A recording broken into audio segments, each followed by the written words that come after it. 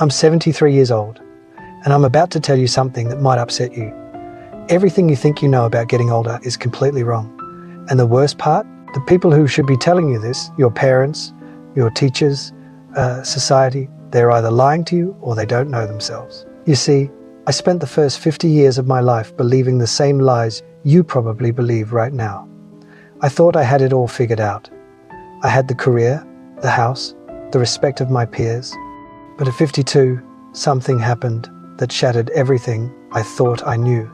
And what I discovered in the 21 years since then has completely changed how I see life, death, and everything in between. But before I tell you what happened, I need you to understand something. The reason I'm making this video isn't to impress you or to make myself feel wise. I'm making this because I'm running out of time, and there are things you need to hear before it's too late. Not for me, for you. At 52, I had what doctors call a cardiac event.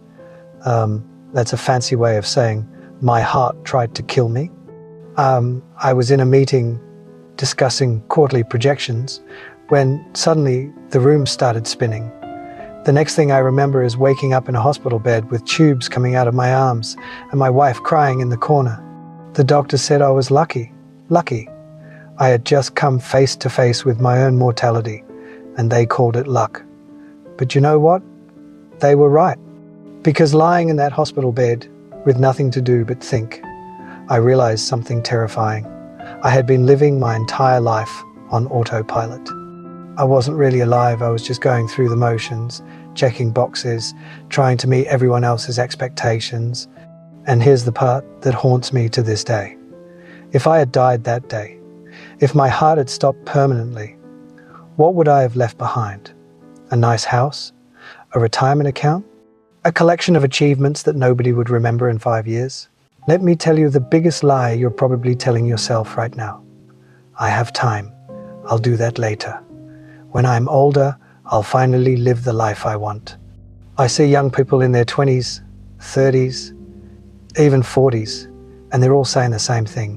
When I make more money, then I'll be happy. When I get that promotion, then I'll relax. When the kids are grown, then I'll travel. When I retire, then I'll finally do what I love. Let me save you 50 years of regret with one simple truth. That day never comes. You know why? Because the goalposts keep moving. You get the promotion and suddenly you need the next one. You make more money and suddenly you need more money. You're always chasing something just out of reach, and before you know it, you're 70 years old, wondering where your life went. I did this.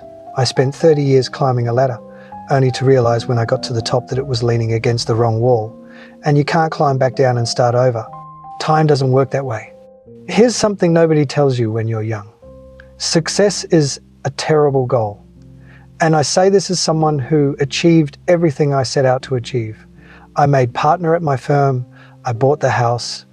I had the respect of my colleagues. And you know what? None of it mattered. You achieve your goal, and for about 48 hours, you feel amazing. Then the feeling fades. You're back to baseline.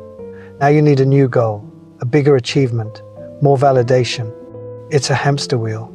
I had a friend who died 3 years ago at 68, worked 70-hour weeks his entire life, built a multi-million-dollar business, never took a real vacation, kept saying he'd slow down next year.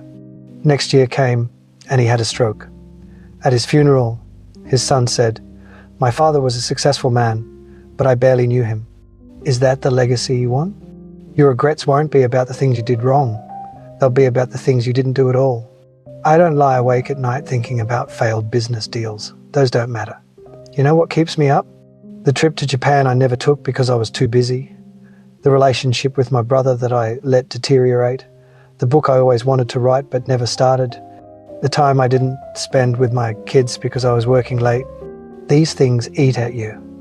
The missed opportunities, the roads not taken, the love you didn't express, the risks you didn't take because you were afraid.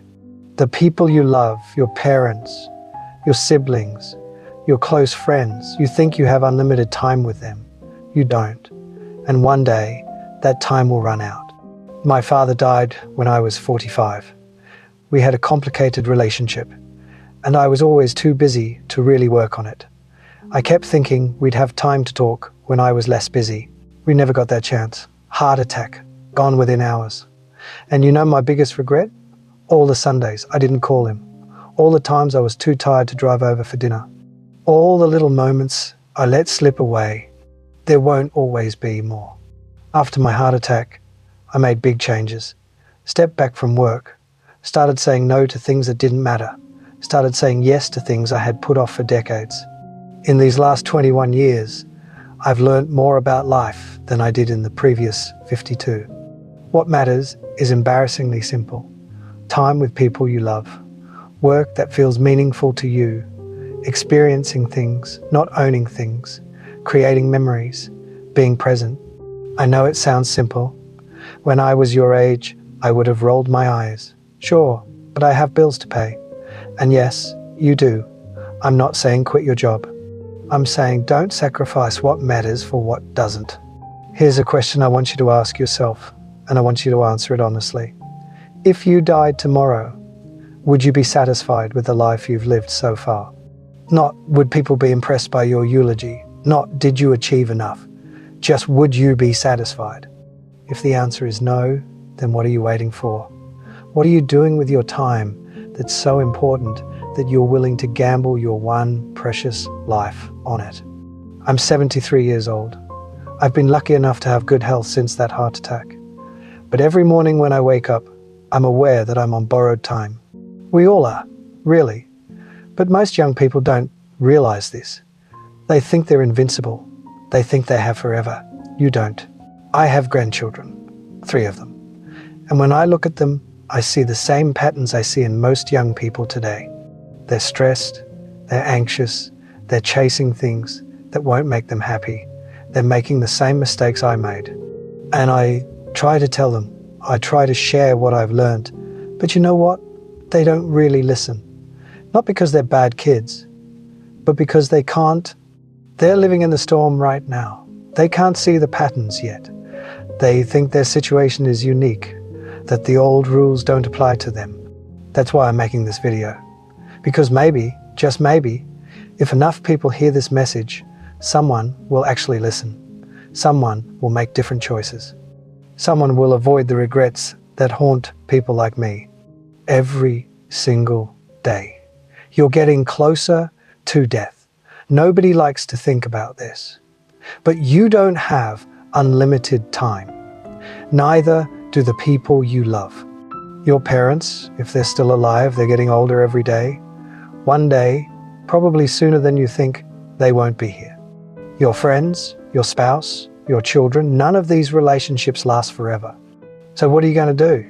Keep putting off that phone call? Keep postponing that trip? Keep telling yourself you'll make time later?